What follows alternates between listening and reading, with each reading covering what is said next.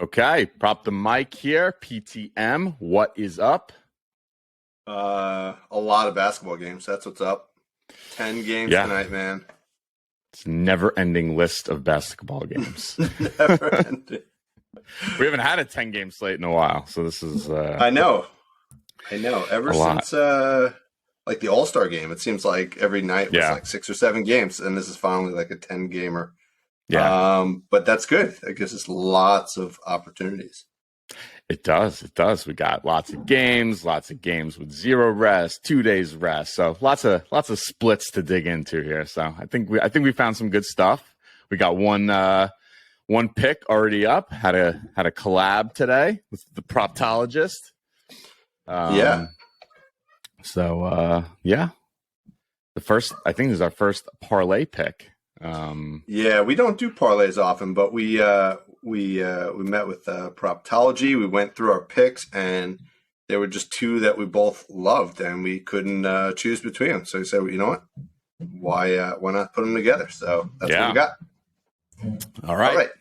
Let's go. We got like I said, 10-game slate. I think we're going to cover 7 of them, and we're going to leave some of the later games off right now, and then we'll probably put some picks up on Twitter later. Sound good? Okay, that sounds good. Are we? Do you have anything for Golden State Dallas, or do you want to skip over that for now? We can skip that one too. There weren't a lot of props out on that. Yeah, because I mean, Luka is playing tonight, but Kyrie's still questionable. So there's not much out for that game yet. So let's just skip over that one.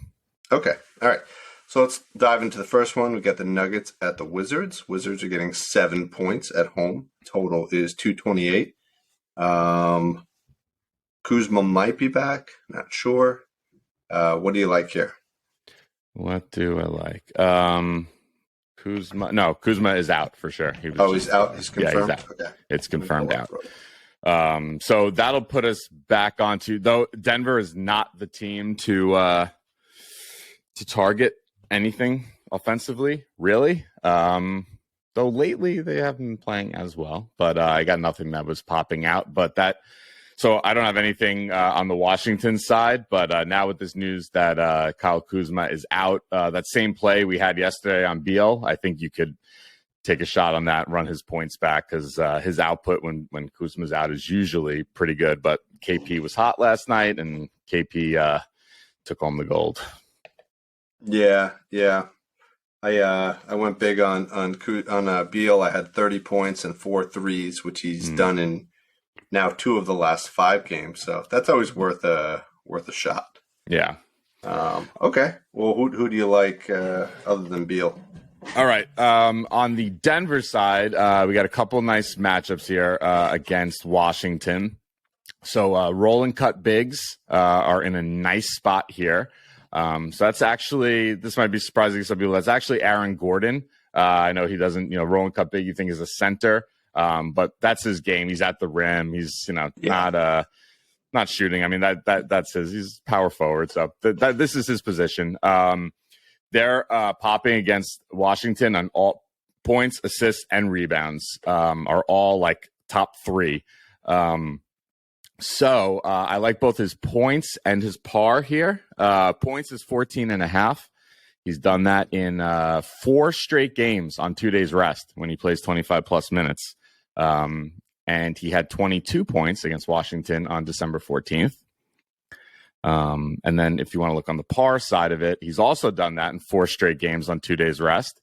He had 32 par in that game against Washington. And the reason I was really on this, rolling cut bigs averaging 25.1 par versus Washington since February 1st. And that's only at 20 plus minutes.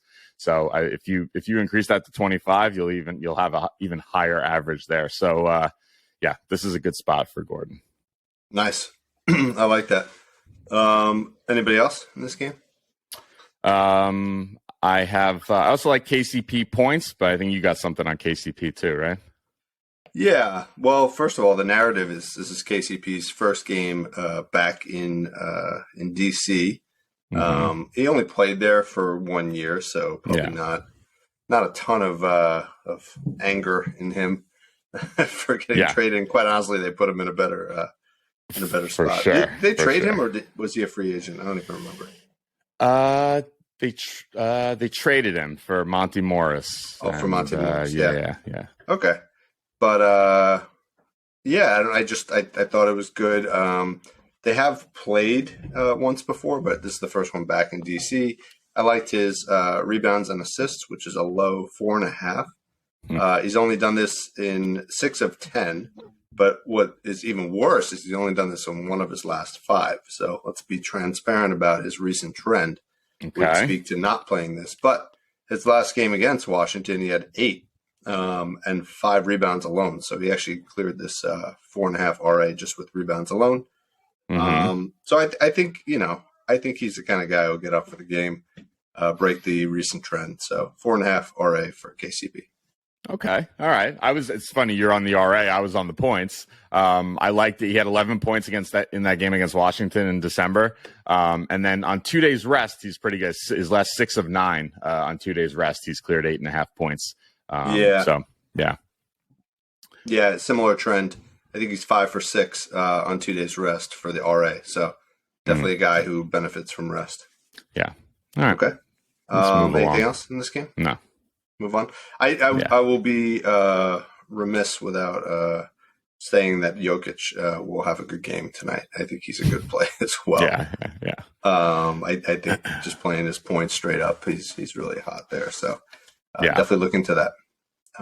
Okay. Agreed. Let's go. We got the Knicks at the Heat. Heat are -2 at home. Totals 224.5. What do you like here? All right. The guy who had a 54, 57 points the other night and still lost. Yeah. Julius Randle's in a phenomenal spot here. So shot creating wings / forwards have been crushing against Miami. Points, assists, and rebounds. So I like his par here. The line, the baseline that's out there right now is 38.5.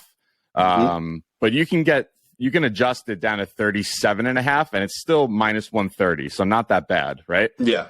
And it's a big change. So he goes from hitting this in 6 of 10 on the road to 9 of 10 on the road just by decreasing it that 1 point.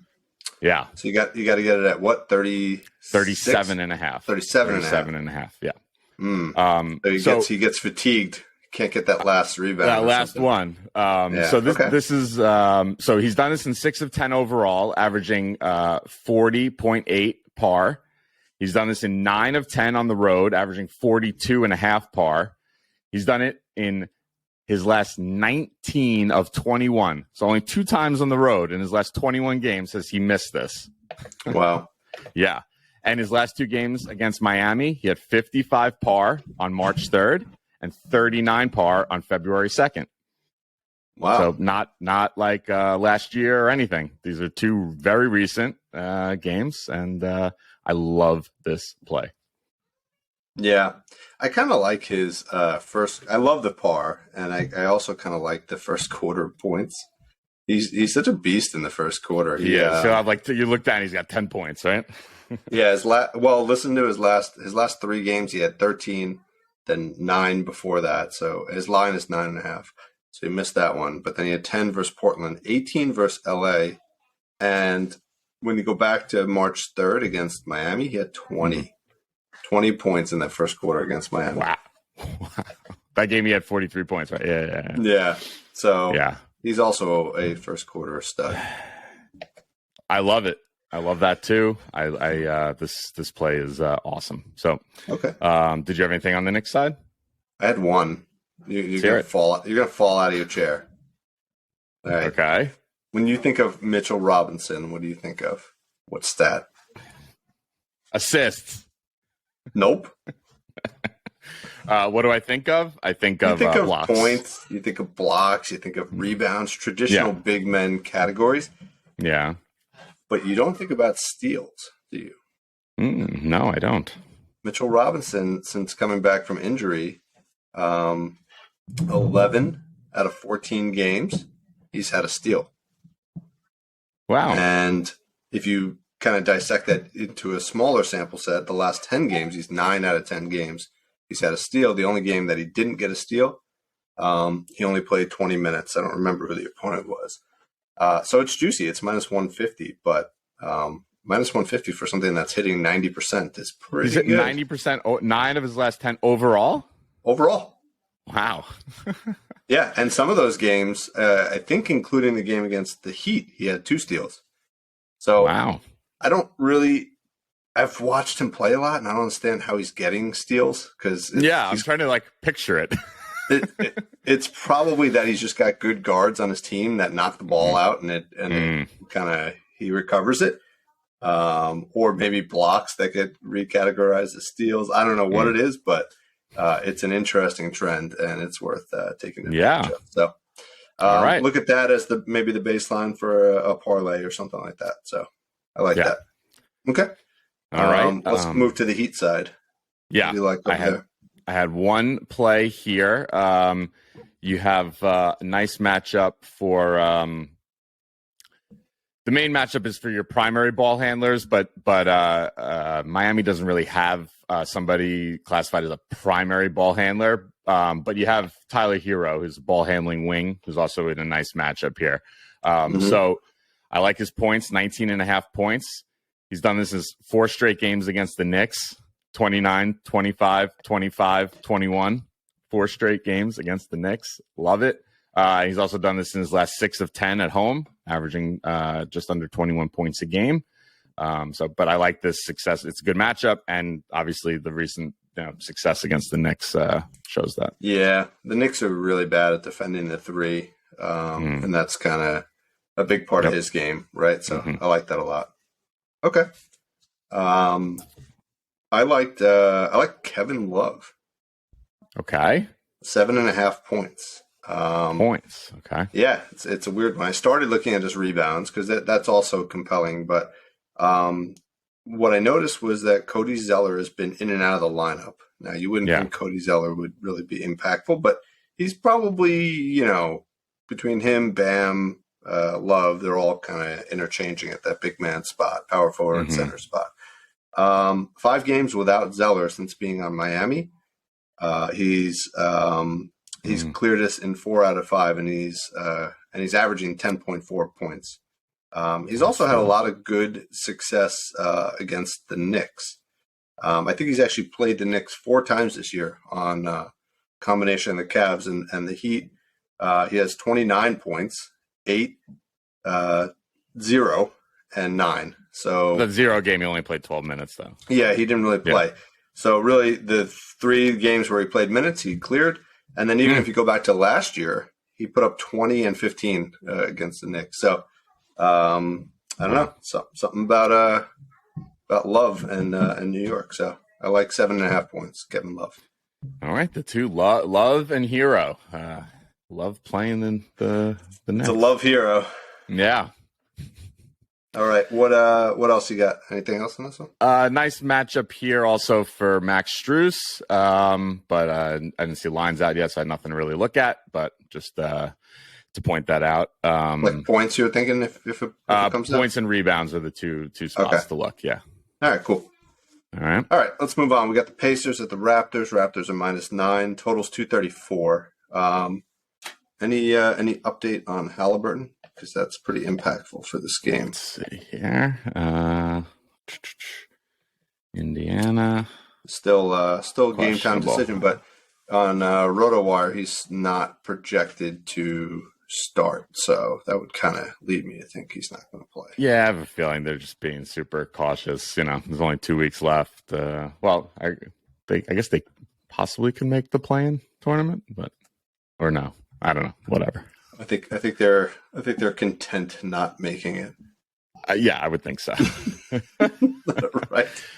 Yeah. They're the 11th seed right now, so they're 2.5 games back on the Bulls for making even the play-in. So they're probably slipping quickly. Yeah. All right. So there's 3 teams today that really stand up that had 5 or 6 plus matchups that were popping out. That's Utah, Atlanta, and Utah, Atlanta, and Indiana. Okay. Thank you. So that leads me. So you have lots of good matchups. Primary ball handlers are in a great matchup here. Points and assists. So we're going to look at FVV here. Ball handling wings, also good, but didn't see anything out on Scotty Barnes as of yet. Roll and cut bigs have a nice matchup, so you can look at Pirtle here, but I couldn't find something on him. And then your off-ball wings / stationary shooters, that's OG Anunoby in a really nice spot for points and rebounds.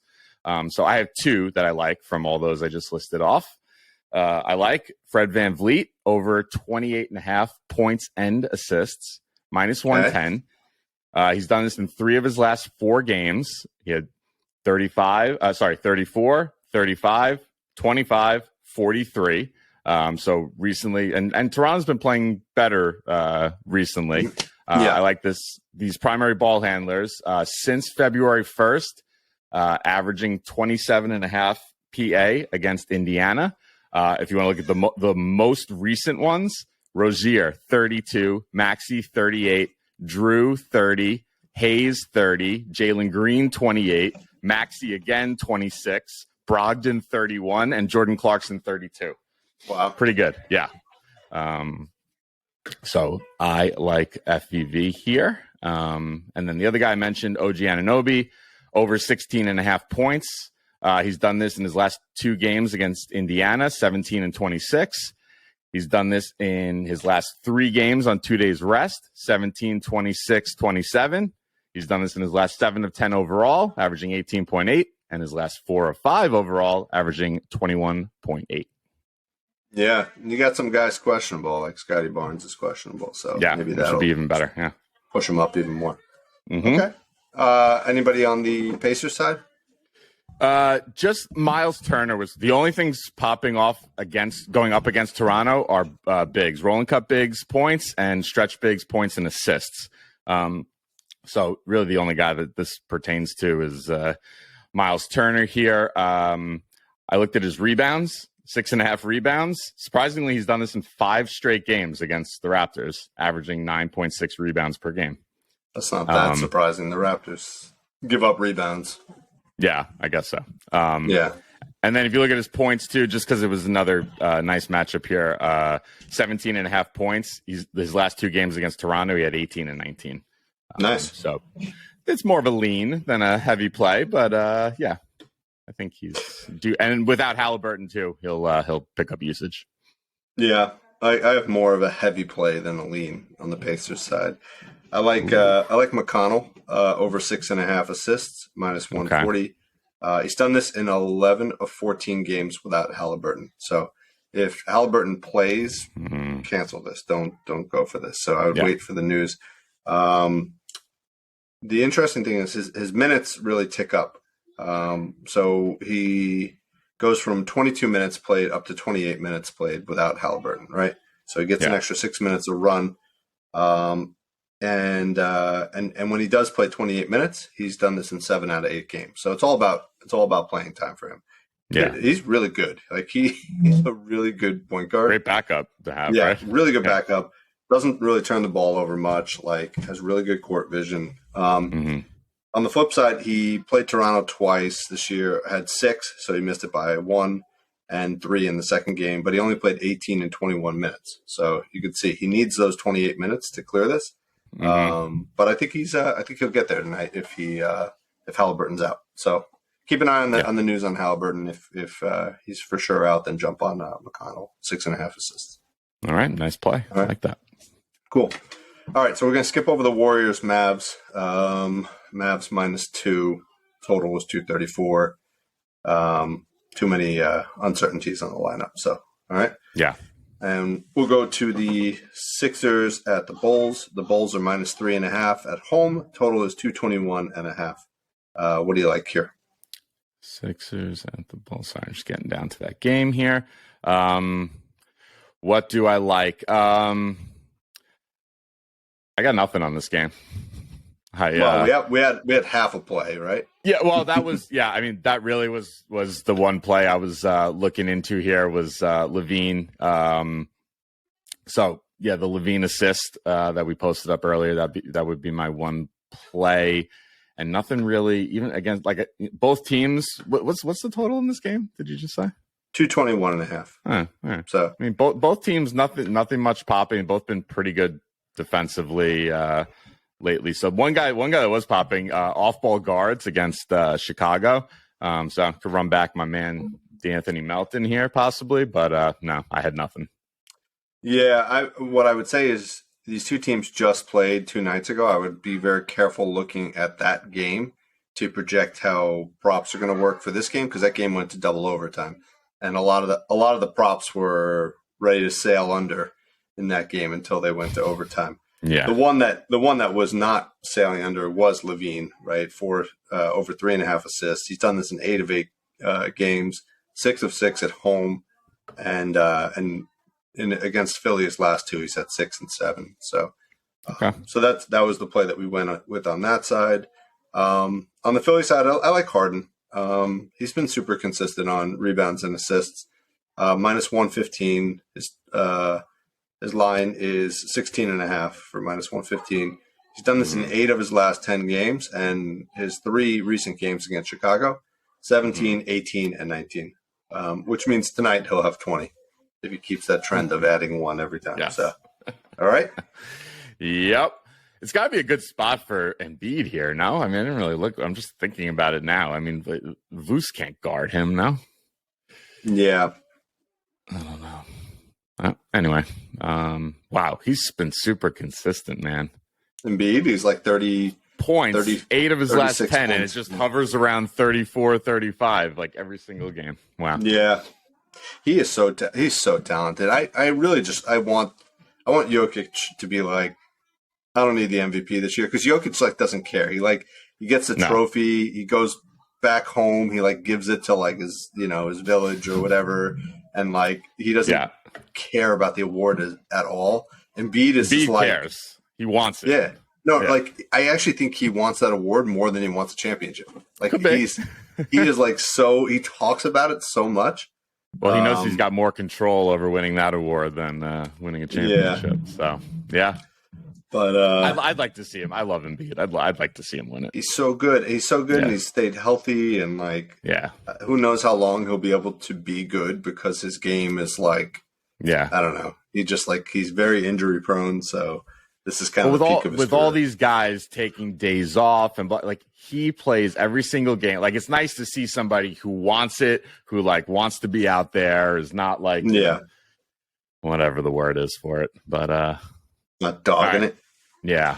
All right, next we got the Rockets at the Grizzlies. Grizzlies are minus 13 at home. Totals 231.5. Ja Morant should be back for this game tonight. Yep.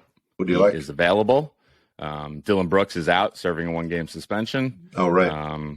So you have Ja's got a nice matchup here. Haven't seen lines on him yet, but I doubt there'll be a minutes restriction or anything. So I think he's in a nice spot here. You just worry about Houston coming into Memphis and them blowing him out, but I don't know. The one I do like though, the other really nice matchup here is for Desmond Bane. I like it a few ways here. So let's start with his threes. 2.5 threes. He's done this in 8 of his last 9 games without Dylan Brooks. He's also done this in his last 8 of 10 without Brooks, but with Morant. Yeah. Pretty cool, huh? And he's also done in 5 straight games against the Rockets. That's pretty compelling. Yeah. We were debating that one for the collab as well today, right? Because it's just that one just pops out. It's so great. Yeah. Okay. I like that. And then I also like his he's also got nice, I like his assists and his rebounds and assists. So just real quick, 3.5 assists. This one's minus 150. So you may want to go with the RA because it's minus 120. But here, we'll start with the assist here. 3.5 assists. He's done this in 5 of 6 games this season without Dylan Brooks. and he's done it in 3 of 4 games this season without Brooks and with Ja. So pretty good, right? Yeah. And then the 8.5 RA, he's done this in all 4 games this season without Brooks and with Ja. He's done it in 5 of 6 without Brooks. And his last 3 games against Houston, he had 15 RA. That game, Morant and Brooks both played. Next game, 13 RA. That was no Brooks, but with Ja. And then the previous game was 12. So pretty good. Yeah. Yeah. I like it when, these stats with, these 2 main guys, one guy out, one guy in, and you have all these numbers popping like this is pretty cool. So that's great. Let's ride with Bane. Good. Anybody else in this game? Nope. All right, cool. And then we got the Spurs at the Bucks. Bucks are minus wait. 7. Hold on. I had Houston. Oh, hold on. I got one on Houston. Oh, okay. This could be. This is one of my favorite plays of the day here. So Alperen Şengün has a phenomenal matchup against the Grizzlies here. You ready for it? So this is what put me on it. Versatile bigs averaging 41.5 par versus Memphis since February 1st. His line is 26.5 par, minus 110. Just the 3 most recent versatile bigs to face him: Christian Wood, 35, Zach Collins, 36, Bam Adebayo, 37. All right? Wow. Not only that, there's lots more. He's done this in his last 6 of 8 on 2 days rest on the road, averaging 29 par. He's done it in 6 of 7 on the road when he plays 20-plus minutes, so even better, and he's averaging 32 par in those games. Here's where it gets really juicy. Jayshawn Tate is out tonight, right? Mm-hmm. He's done this in 8 of 9 games, last 8 of 9 without Tate when he plays 22-plus minutes. He's done this in 6 of 7 without Tate on the road when he plays 22-plus minutes. And his last 2 games against Memphis, 24, which wouldn't clear this. So he's done it 1 of 2. And then the other game, the more recent one, I think. That was the earlier one. He had 36 par against Memphis. Wow. Yeah, buddy. And all that extra rest. He's ready to go. He is. I love this play. All right, cool. I love that too. Yeah. All right. You ready to move to Spurs Yep. Bucks? All right. So Bucks are minus 17.5, which has got to be the biggest spread of the year that I remember. Total is 237.5. So big blowout potential, but still lots of points going to be scored. Who do you like? If I got a lot of favorites today. If Randall's not my favorite and if Şengün's not my favorite, then this is my next one. Bobby Portis. Versatile bigs, rolling cut bigs. They all have nice matchups here. I like his points. 10.5 points, minus 130. Jay Crowder's out tonight, right? Mm-hmm. Bobby Portis has done this in 10 straight games at home without Jay Crowder, averaging 18.7 points per game. He's done this in 15 of his last 16 games overall without Jay Crowder. And then back in November, before Jay Crowder was on the Bucks, he had 16 against the Spurs. Yeah. He we were on him the other night, and he was a halftime cash. I think you'll see the same thing tonight. Yep, I like it a lot. Yeah. All right, cool. What do you got? Yeah, I like Brook Lopez, 16.5 points. Done this in 8 of his last 10 games and 6 straight at home. So he's usually pretty hot at home, and 19 when he played the Spurs last time. So, obviously the concern is, 17.5 point spread. Does Brook Lopez, does Bobby Portis, do any of these guys even play the fourth quarter? My view is by the time the fourth quarter rolls around, I think most of these props are going to cash anyway. I think, and don't count out the Spurs either. The Spurs have been, they get blown out, but they have a chance of being somewhat competitive for part of the game. So, the Bucks usually get a big lead in the first quarter and then give it back in the second quarter. So we'll see if that happens tonight. Yeah, I would just pay attention here to Jay Crowder's effect on Brook Lopez. if you look at his last 6, he's done this. He's cleared about 16.5 points in 6 straight games at home, and last 6 of 10. As soon as you pop Crowder out, where is he?